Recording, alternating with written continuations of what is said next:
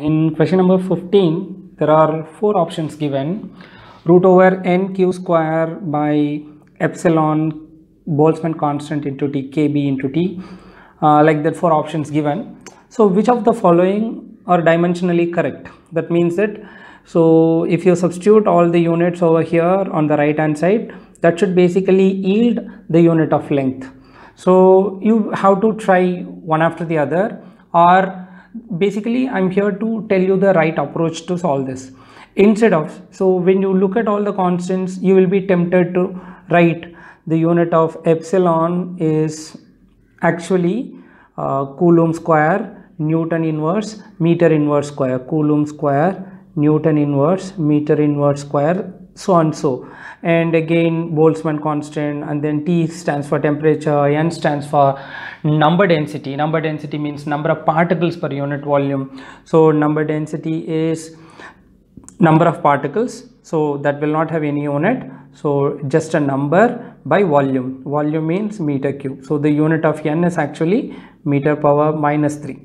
Suppose the right approach is to reduce it down to the quantities that you already know.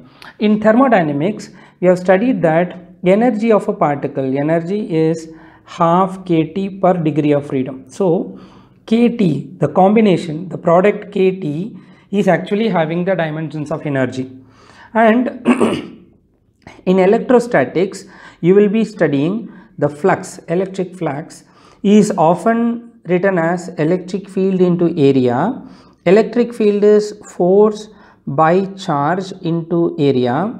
So force by charge is Newton per Coulomb into area is meter square. So it is Newton meter square per Coulomb. But the use of it is, in Gauss law, we could prove that the flux through a closed surface is actually Q by epsilon naught for vacuum and Q by epsilon for medium. So this quantity Q by epsilon stands for electric flux, which will have the unit Newton meter square per Coulomb. And then again, so the dimensions of energy or the unit of energy is kT, which is nothing but joule, and work done is force into displacement. Unit of work done is joule. Then unit of joule is actually force into displacement, so this can be written as Newton meter, because here Newton is appearing. So it will be better if we write energy in terms of joule, or more than joule, Newton meter is preferable. And then again N is this. So when you substitute this in option B, you will have and you will get the dimensions of length. So L is equal to, let's say, whole power 1 by 2, let it be. So how I am going to write them is what the thing. So this option B, I tried all of them. So maybe it's a practice if you try all of them and find what's the unit of each. Then epsilon into K Boltzmann constant into T by Nu square is there. NQ square is there. You are going to write Q into Q. So it will be better if you write them like this, whole power 1 by 2. So this Q by epsilon is having the dimensions of 5. How you will be writing this? 1 by N, and this, when it comes to the denominator, it becomes Q by epsilon naught, or this is 1 by electric flux. 1 by electric flux, because Q by epsilon is flux, so epsilon by Q is 1 by flux. And kB into T is energy, and by Q, whole power 1 by 2. Now substitute the relevant units. So let's see, 1 by N. N is having dimensions meter power minus 3. So 1 by N is 1 by meter power minus 3.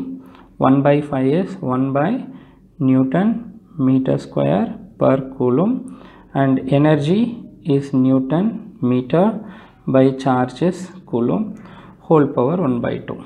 Now this Newton and Newton will be cancelled, this Coulomb and Coulomb will be cancelled, and this meter cancels this square and only meter remains.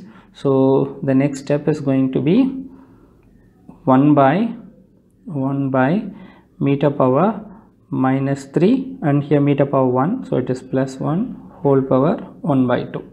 So L will be equal to, like, it's basically the unit on the right hand side, so 1 by meter power minus 2 whole power 1 by 2 is meter power 2 whole power 1 by 2, which is square root, so unit. So option B, which is root over epsilon kbt by nq square, gives us the unit of length.